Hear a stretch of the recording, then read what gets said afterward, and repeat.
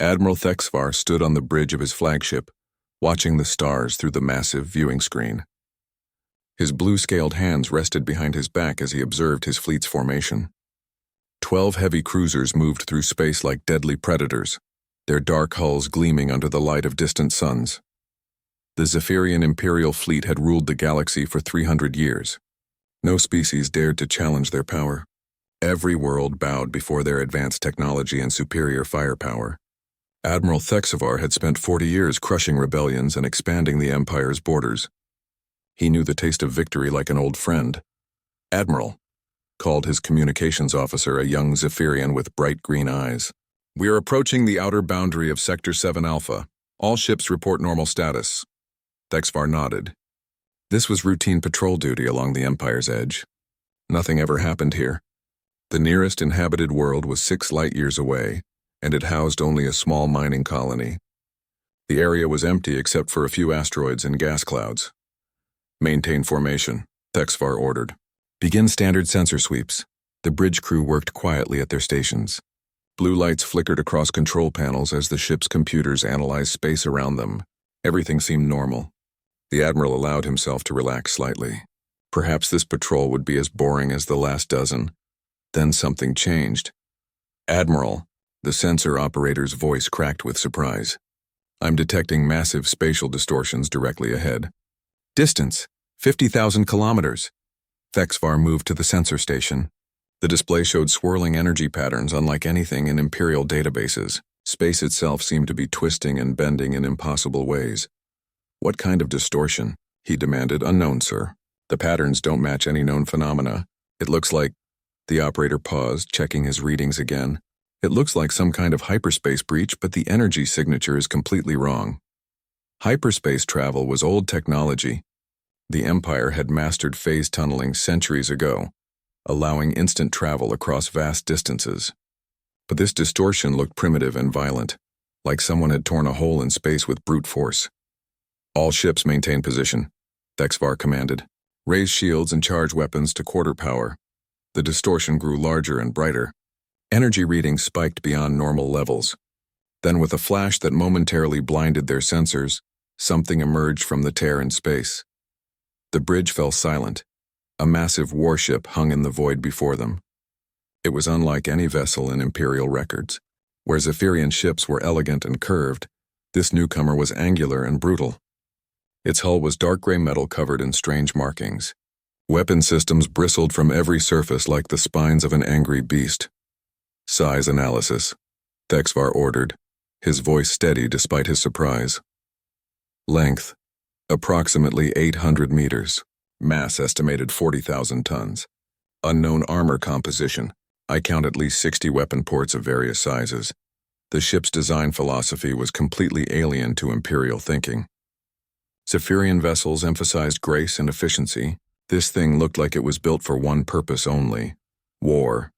"Admiral," the communications officer called out. "The unknown vessel is scanning us with active sensors." Thexvar's eyes narrowed. Active scanning was considered an aggressive act under galactic law. No civilized species would dare scan an Imperial fleet without permission. "Return the scan," he ordered. "Full spectrum analysis. I want to know everything about that ship." The results appeared on his screen moments later. The vessel's technology was strange but not primitive. Its power core generated massive amounts of energy. Its hull showed signs of recent battle damage that had been hastily repaired. Most disturbing of all, its weapon systems were powered up and ready to fire. "Sir," the communications officer said, "we're receiving a transmission from the unknown vessel." On screen, the main display flickered and showed the interior of an alien bridge. A creature unlike any in Imperial record stared back at them. It was roughly humanoid but shorter than a Zephyrian, with pale skin and strange hair growing from its head. Its eyes were small but intense, filled with a determination that made Thexvar uncomfortable. When the creature spoke, the translation system struggled with its language. "This is Captain Elena Vasquez of the United Systems Colonial Ship Retribution. You are in violation of human territorial claims. Withdraw immediately." The bridge crew exchanged glances. Human. No such species existed in Imperial databases. And territorial claims? This sector belonged to the Empire by right of conquest. Thexvar stepped forward. activating his own transmission system. "I am Admiral Thexfar of the Zephyrian Imperial Fleet. This sector is under Imperial jurisdiction. Identify your species and state your purpose." The human's face remained expressionless. "We are humans from the Sol system. This region is now claimed by the United Systems Colonial Fleet. You have 1 hour to withdraw your forces." Laughter rippled across the bridge. A few junior officers actually smiled at the absurdity of the demand. "An unknown species with a single ship, ordering the Imperial fleet to withdraw? You seem to misunderstand the situation," Thexfar replied. "The Zephyrian Empire controls this entire sector. No species may make territorial claims without Imperial approval. You will submit to boarding and inspection immediately." The human's eyes hardened. "We've run from one enemy already. We won't run from another. This is our final warning, Admiral. Leave now, or we'll make you leave." The transmission ended. Silence filled the bridge as the crew processed what they had just heard. A single alien ship was threatening the entire Imperial fleet. It was either madness or supreme confidence. "Admiral," the sensor operator reported, "the alien vessel is moving into an attack formation. All weapons are now fully powered." Thexfar studied the tactical display. The human ship was positioning itself between his fleet and the inner system. Its movements were precise and aggressive, showing no fear despite being outnumbered 12-1. "Analysis of their weapons?" he asked. "Unknown technology, sir. I'm detecting high-energy electromagnetic systems, possibly railguns. Also missile tubes and what appear to be energy weapons of some kind. Their total firepower is considerable." The Admiral made his decision. The Empire had built its reputation on strength and the willingness to use it. No unknown species could be allowed to challenge Imperial authority, especially not with such a small force. "All ships, battle formation Delta 7, he commanded. "We'll give these humans a demonstration of Imperial power. Perhaps they'll be more reasonable after seeing what real warships can do." The 12 Imperial cruisers began moving into position, their weapons charging to full power. Each ship was larger than the human vessel and carried enough firepower to level a city. Together they represented centuries of military advancement and technological superiority. But as Admiral Thexfar watched the human ship on his screen, he noticed something that bothered him. The vessel showed no signs of backing down.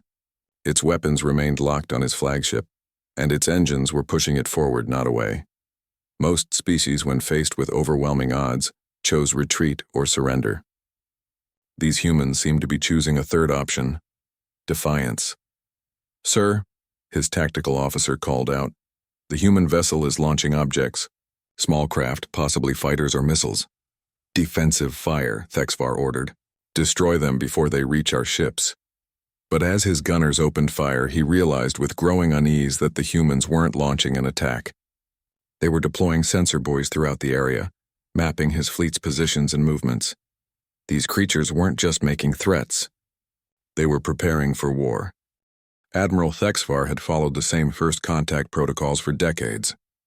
The procedure was simple and effective: show overwhelming force, demonstrate superior technology, and wait for the inevitable surrender.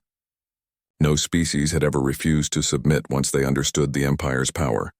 "Cruiser Squadrons Alpha and Beta, move to surround the alien vessel," he commanded. "Gamma Squadron, maintain overwatch position. Charge all weapons to maximum power." 6 Imperial cruisers began their approach, moving in a coordinated pattern that had intimidated countless enemies. Their massive hulls gleamed with energy as shield generators hummed to life. Weapon ports glowed with barely contained power. It was a display designed to inspire fear and submission. The human ship waited. Captain Elena Vasquez watched the approaching Zephyrian vessels from her command chair. Her bridge was smaller than the Admiral's, filled with jury-rigged equipment and battle-scarred consoles. Warning lights flickered across damaged systems that her crew had barely managed to repair. 6 ships moving to surround us," reported her tactical officer, Lieutenant Commander Chen. "The remaining 6 are holding position at 15,000 kilometers. "Weapon status?" Vasquez asked. "All railgun batteries loaded and charged. Missile tubes 1 through 20 ready to fire. Point defense systems online." Vasquez studied the tactical display. The Zephyrian ships were larger and more advanced than the Retribution, but their movements followed predictable patterns. They relied on their technological advantage and superior numbers. They had never fought an enemy with nothing left to lose. "Ma'am," the communications officer called out, "we're receiving another transmission from the enemy flagship. Put it through." Admiral Thexavar's image appeared on the main screen. His blue scales reflected the bridge lighting as he spoke with calm authority. "Human vessel, you are completely surrounded. Our weapons are targeted on your ship. Surrender now and you will be treated according to Imperial law. Resist and you will be destroyed." Vasquez stood slowly. Her uniform was patched and faded, showing signs of the long journey from Earth. But her voice was steady as steel. "Admiral, my people have traveled 10,000 light years to reach this place. We've lost our home, our families, and most of our fleet. What we have left we'll defend with our lives. Last chance to withdraw." "You cannot be serious," Thexvar replied. "You have one ship against my 12. Your technology is primitive compared to ours. This is suicide." "Maybe," Vasquez said, "but it's our choice to make." She cut the transmission and turned to her crew. Every face on the bridge showed the same expression, grim determination mixed with desperate hope. They had all lost everything once. They wouldn't lose what little remained without a fight. "All hands, battle stations," she announced over the ship's intercom. "Remember what we're fighting for. Remember what we've already lost. Today we show the galaxy that humanity doesn't give up." The Retribution's engines flared to life, pushing the ship forward at a speed that surprised the Zephyrian captains. Instead of trying to escape the encirclement, the human vessel charged directly at the nearest Imperial cruiser. "Admiral," the Zephyrian tactical officer reported, "the human ship is accelerating directly toward the Victorious. Impact in 30 seconds if they maintain course." Thexvar frowned. "They're trying to ram us? Impossible. No captain would sacrifice their ship in a suicide attack." But as he watched, the human vessel continued its charge. At the last moment, it veered to starboard and opened fire. The Retribution's railguns spoke with thunder that could be heard through the ship's hull. Solid tungsten rounds, accelerated to incredible speed, slammed into the Victorious's shields. The Zephyrian energy barriers flared and sparked under the kinetic assault. "Impossible," breathed the Imperial tactical officer. Their shields should have absorbed that energy easily, but the human weapons weren't energy-based. The Empire's shields were designed to deflect plasma bolts and particle beams, not solid projectiles moving at relativistic speeds. The tungsten rounds punched through the energy barriers like they weren't there. The Victoria shuddered as holes appeared in its hull. Atmosphere vented into space as emergency bulkheads slammed shut. Warning lights flashed across the cruiser's bridge as damage reports flooded in. "Return fire," Admiral Thexvar commanded. "All ships engage the human vessel." The Imperial fleet responded with devastating firepower. Plasma cannons and particle beams lanced out toward the Retribution. But Captain Vasquez had already moved her ship using the burning Victorious as cover while her gunners reloaded. "Target the second cruiser," she ordered. "Hit them before they can reposition." The Retribution's missiles launched in a coordinated barrage. Unlike the guided projectiles the Zephyrians expected, these were simple kinetic killers. Chunks of metal with basic guidance systems and massive warheads. They moved too fast for the Imperial point defense systems to stop them all. The cruiser Dominance took 3 direct hits. Its elegant hull cracked open like an egg, spilling debris and bodies into the void. The ship's reactor went critical, adding nuclear fire to the destruction. On the Imperial flagship, Admiral Thexvar stared at his tactical display in shock. 2 of his cruisers had been crippled or destroyed in less than 3 minutes. The human ship had taken damage from return fire, but it continued fighting with no apparent concern for its own safety. "Sir," his communications officer said, "Captain Tvek of the Relentless is requesting permission to withdraw. His ship has taken severe damage and he's lost life support on 3 decks." Thexvar watched the human vessel execute another impossible maneuver, spinning on its axis while firing at a 3rd Imperial cruiser. The alien captain was using tactics that no civilized species would attempt, moves that risked destroying her own ship just to get a better firing angle. "Granted," he said finally. "All ships fall back to maximum weapon range. Maintain fire but avoid close combat." The surviving Imperial vessels began withdrawing, their elegant formations disrupted by the savage human assault. The Retribution pursued for several minutes before breaking off, returning to its position near the system's edge. Captain Vasquez collapsed into her command chair, breathing heavily. Her ship had taken significant damage, hull breaches on 4 decks, 2 railgun batteries destroyed, and 30% of her crew dead or wounded. But they had survived. "Damage report," she called out. "We're hurt but functional," Lieutenant Commander Chen replied. "Engines at 80%, weapons at 70%.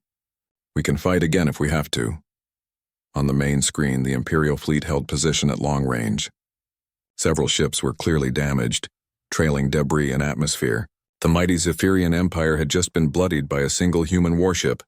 "Ma'am," the communications officer said, "we're receiving a transmission from the Imperial flagship." Admiral Thexvar's image appeared again, but his calm confidence had been replaced by wary respect. "Human captain, you have proven your courage. But this cannot continue. More ships will come. You cannot fight the entire Imperial Navy." Vasquez wiped blood from a cut on her forehead and met his gaze.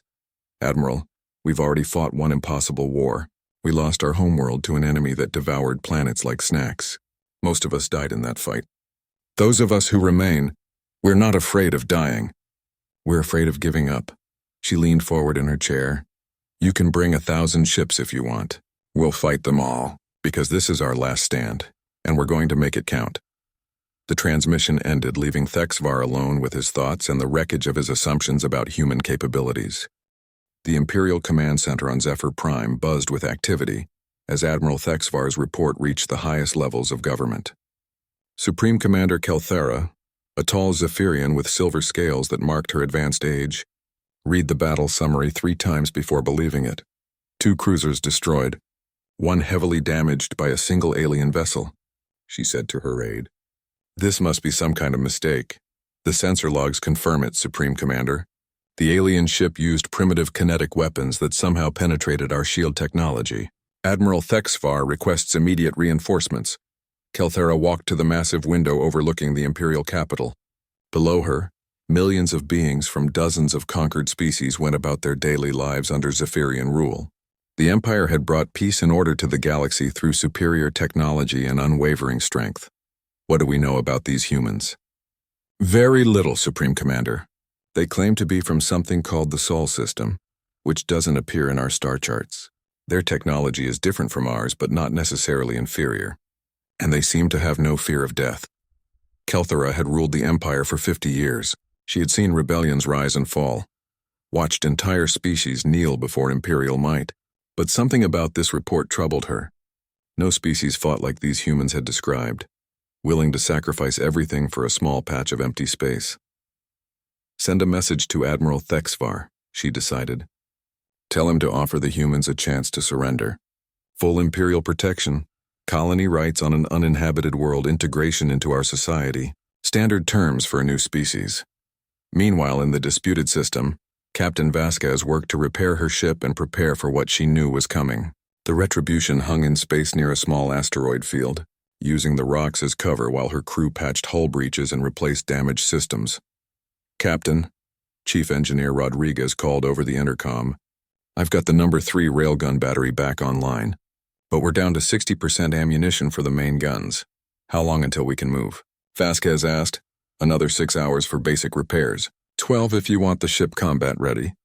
Vasquez nodded and moved to the communications station. She had been working on a message to the Zephyrian Empire, hoping to make them understand what they were dealing with. Maybe if she could explain humanity's situation, they might avoid more bloodshed. Broadcast on all frequencies, she ordered. Full translation protocols. The message began with technical data about humanity's origins. Earth, the cradle of human civilization, located in a small spiral arm of the galaxy. A world of blue oceans and green continents, home to 8 billion people who had just begun reaching for the stars. Then came the tragedy. The Devourers, an extragalactic species that consumed entire worlds, stripping them of all organic matter before moving on. They had appeared without warning in Earth's solar system, their massive bioships blotting out the sun. Vasquez's voice remained steady as she described the desperate evacuation. 12 colony ships carrying 2 million survivors, all that remained of human civilization. The sacrificial rearguard that died holding off the Devourers while the civilians escaped. The long journey through dark space hoping to find a new home. We ask for very little, she concluded. One small system where we can rebuild. We have no interest in conquest or expansion. We simply want to survive. But if threatened, we will fight with everything we have. We've already lost everything once. We won't lose what little remains without making our enemies pay dearly for it. The transmission reached the Imperial fleet 30 minutes later. Admiral Thexvar listened to the entire message, his expression growing more thoughtful with each passing minute. When it ended, he sat in silence for a long time. "Sir," his communications officer said, "we're receiving new orders from Imperial Command. The orders were clear: offer the humans standard terms for peaceful integration into the Empire.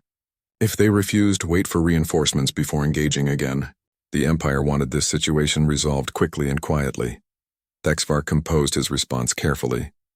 He had spent his career crushing rebellions, but those had been fights against subjects who wanted freedom from Imperial rule. This was different. These humans had never been conquered. They were simply trying to survive.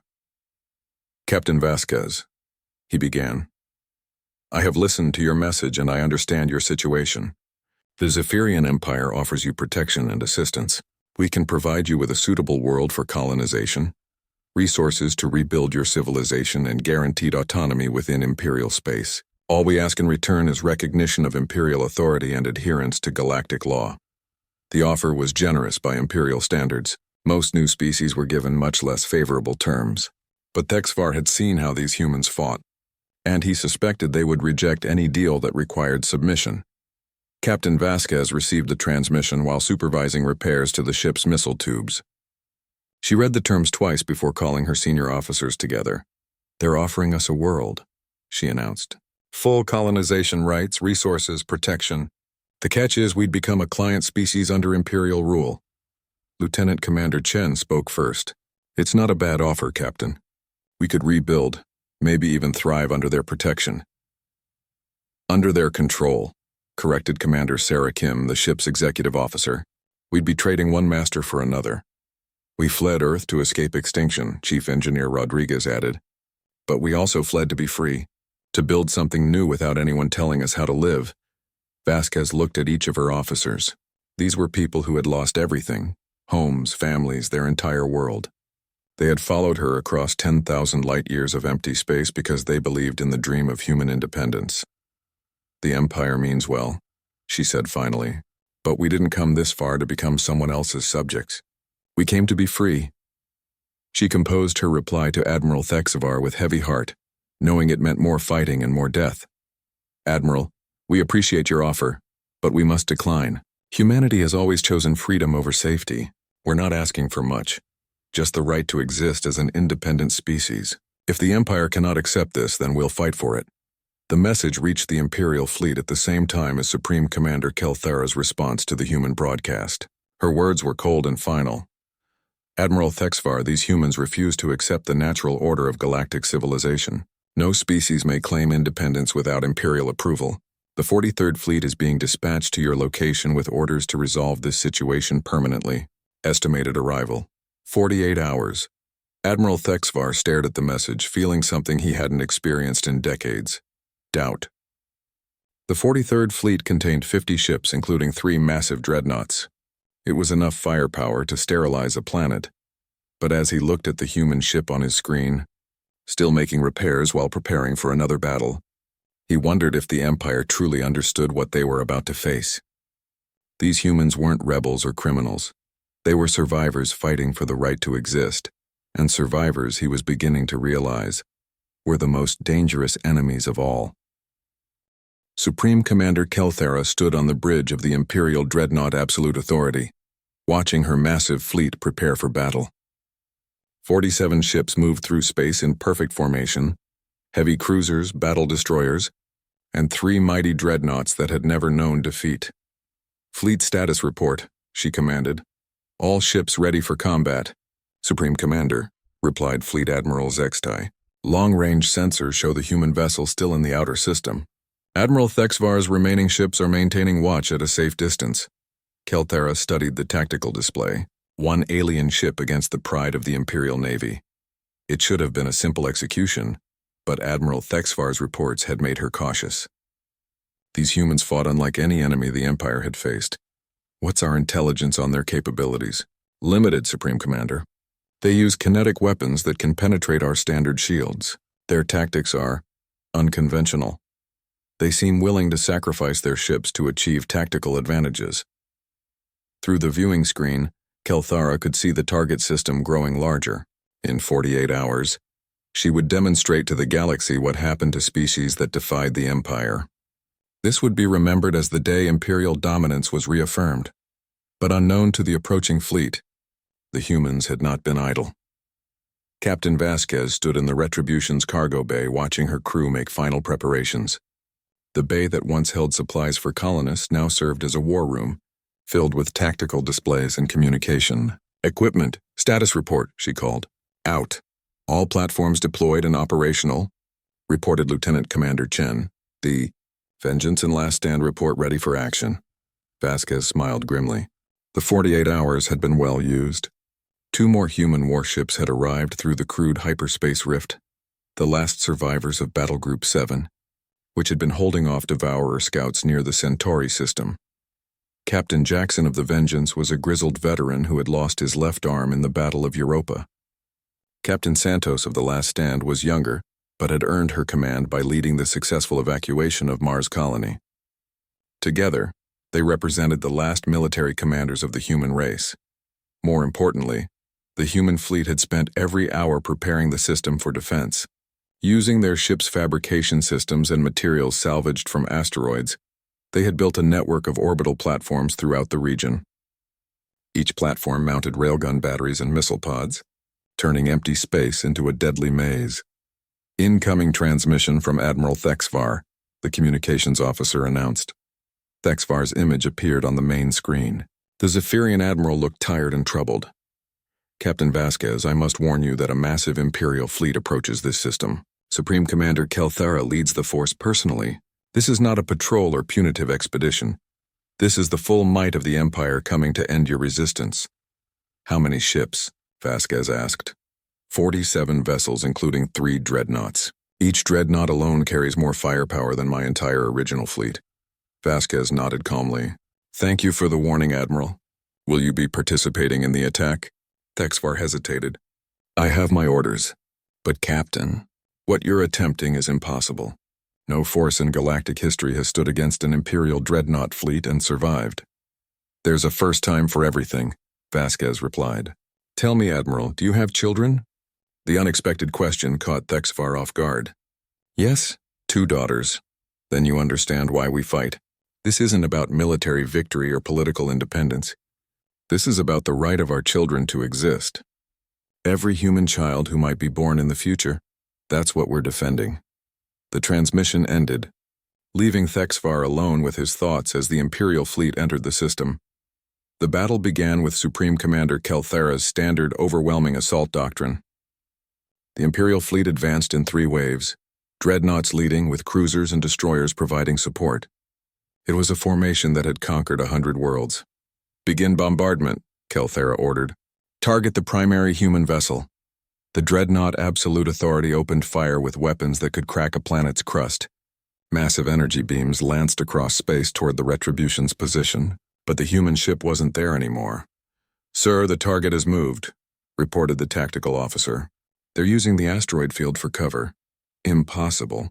Our sensors should track any ship movement." But the humans had learned from their first engagement. They had deployed sensor scramblers throughout the system, creating false readings and hiding their ship's movements. The Imperial targeting systems, designed for conventional warfare, struggled to lock onto enemies that refused to fight conventionally. The Vengeance struck first, emerging from behind a large asteroid to fire a full missile barrage at the cruiser squadron on the fleet's right flank. The kinetic warheads punched through shields and armor, crippling 2 ships before they could respond. "Deploy fighter squadrons," Kelthara commanded. "Clear those asteroids and find me those human ships." Imperial fighters swarmed into the asteroid field, their pilots confident in their superior technology. But the humans had turned the entire region into a trap. Hidden weapon platforms activated as the fighters passed, filling space with railgun fire and explosive charges. Squadron after squadron of Imperial fighters died in the asteroid maze. Their energy shields, designed to deflect other energy weapons, offered no protection against solid projectiles and proximity mines. Captain Santos aboard the last stand watched the tactical display with grim satisfaction. Platform 7 reports 20 confirmed kills. Platform 12 is down, but they took out a destroyer before dying. The human defense network was working exactly as planned. Instead of fighting a direct battle against superior numbers, they had turned the entire system into a weapon. Every asteroid hid surprises, every debris field concealed threats. But the Empire's response was swift and brutal. The dreadnought Infinite Glory began systematically destroying asteroids with massive energy blasts, clearing the field of cover.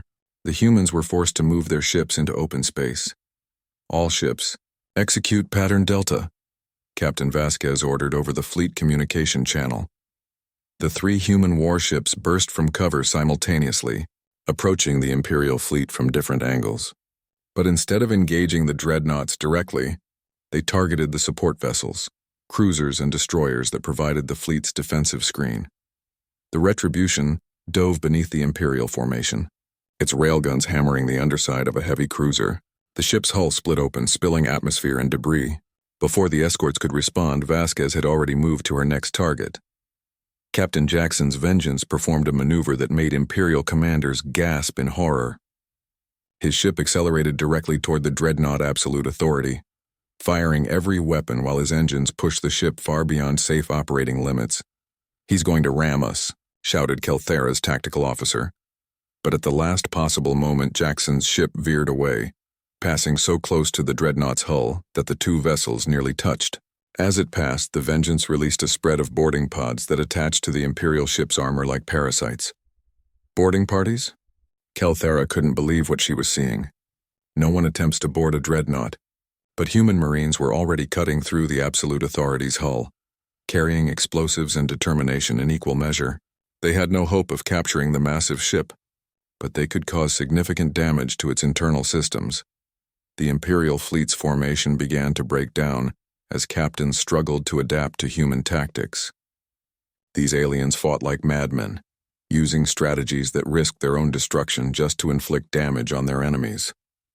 Supreme Commander Kelthera realized with growing alarm that her overwhelming advantage in ships and firepower meant nothing if her enemies refused to fight by the established rules of warfare. The turning point came when Captain Vasquez made a decision that would be remembered in both human and Zephyrian history. Her ship, the Retribution, had taken severe damage from concentrated fire. Half her weapons were gone, her engines were failing, and life support was critical. But she still had one card to play. "All hands abandon ship," she announced over the intercom.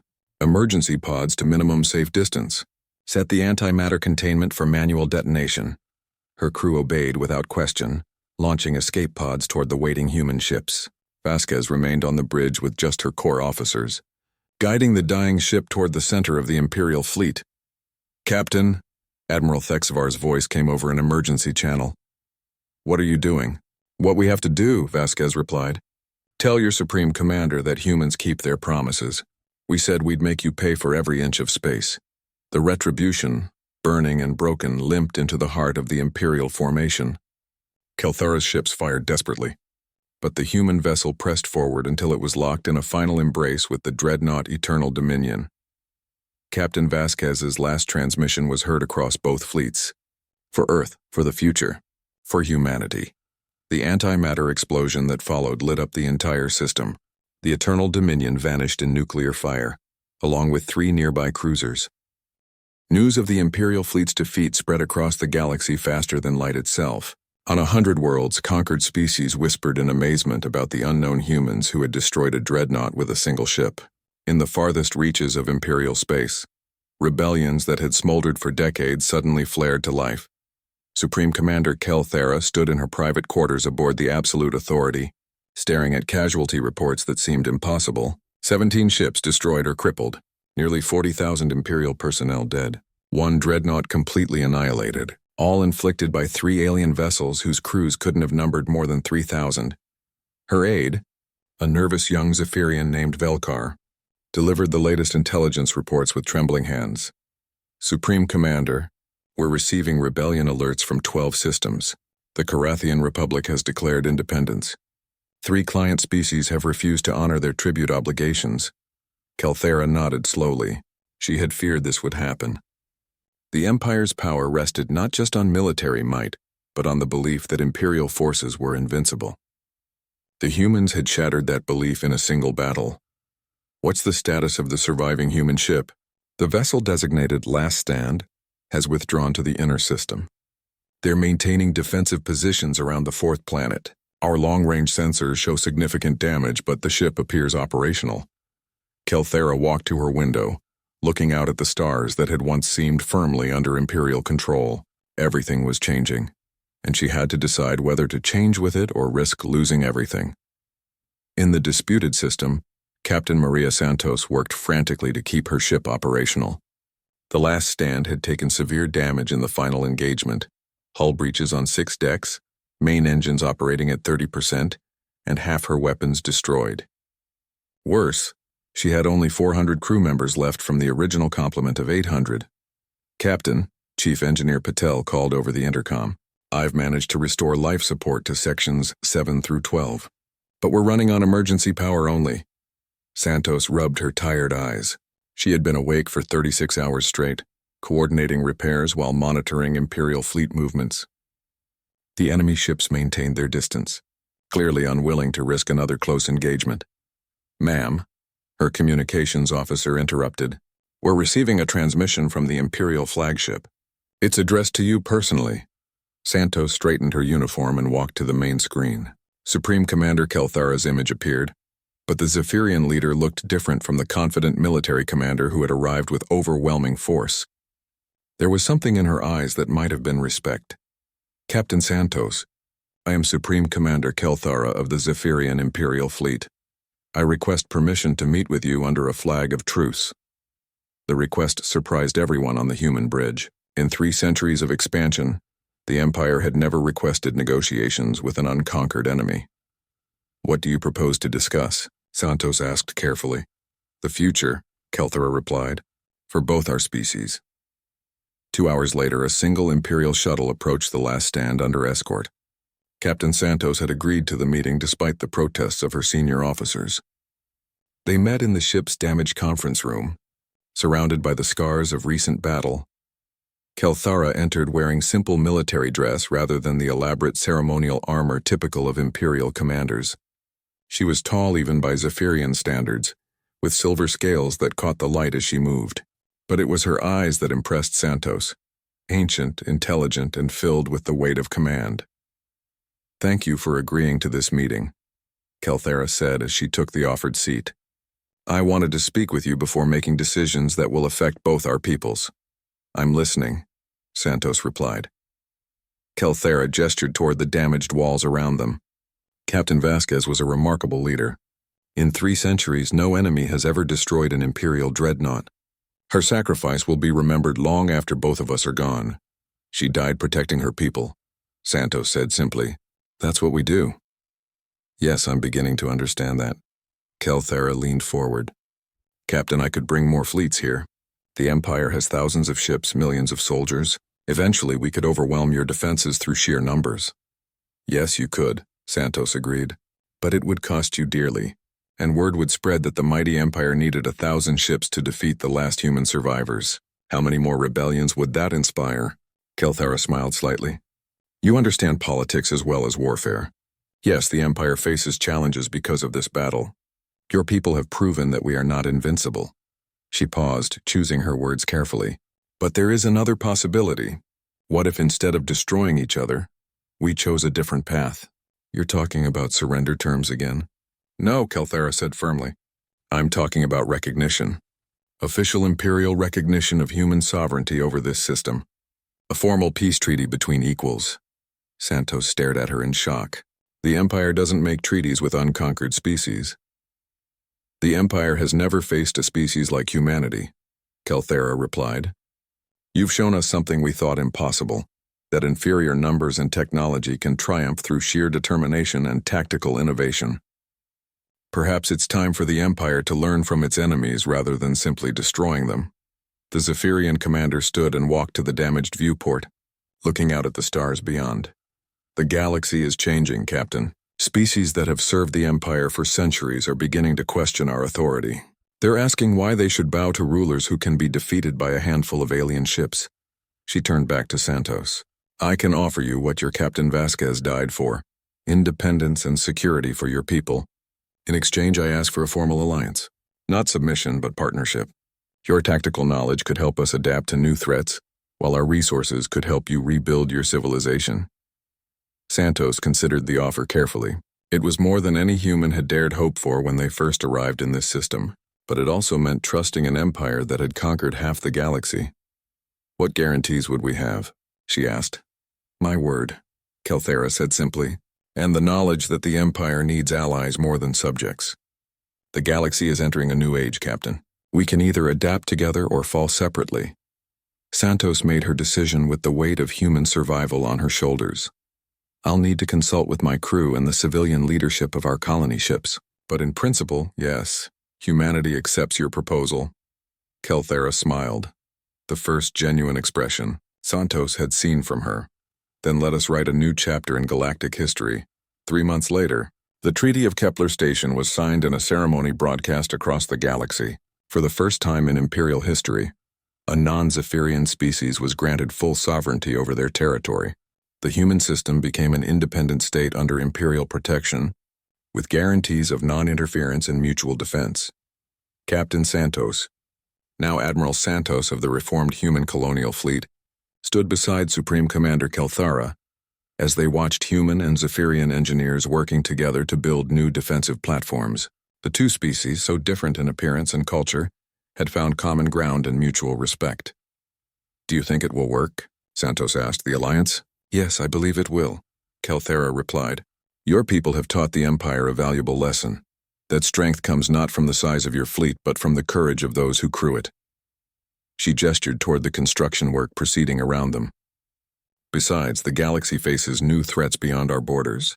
The Devourer scouts your people reported are still out there. When they come, we'll need every advantage we can get.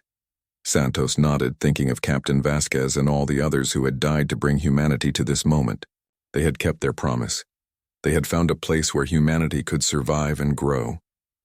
But more than that, they had earned something even more precious. Respect.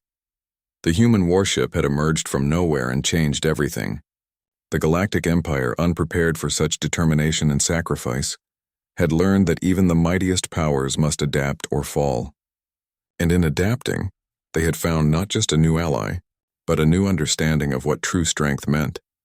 In the years that followed, as new threats emerged from the dark spaces between galaxies, the alliance between humanity and the Empire would prove to be the foundation of galactic defense. The desperate survivors who had lost everything had not only found a new home, they had helped forge a new future for all the stars. The age of unchallenged imperial dominance was over. The age of cooperation and shared strength had begun, and at its heart stood a simple truth that Captain Elena Vasquez had died to prove: that courage and determination could triumph over any odds. No matter how impossible they seemed, the galaxy would never be the same.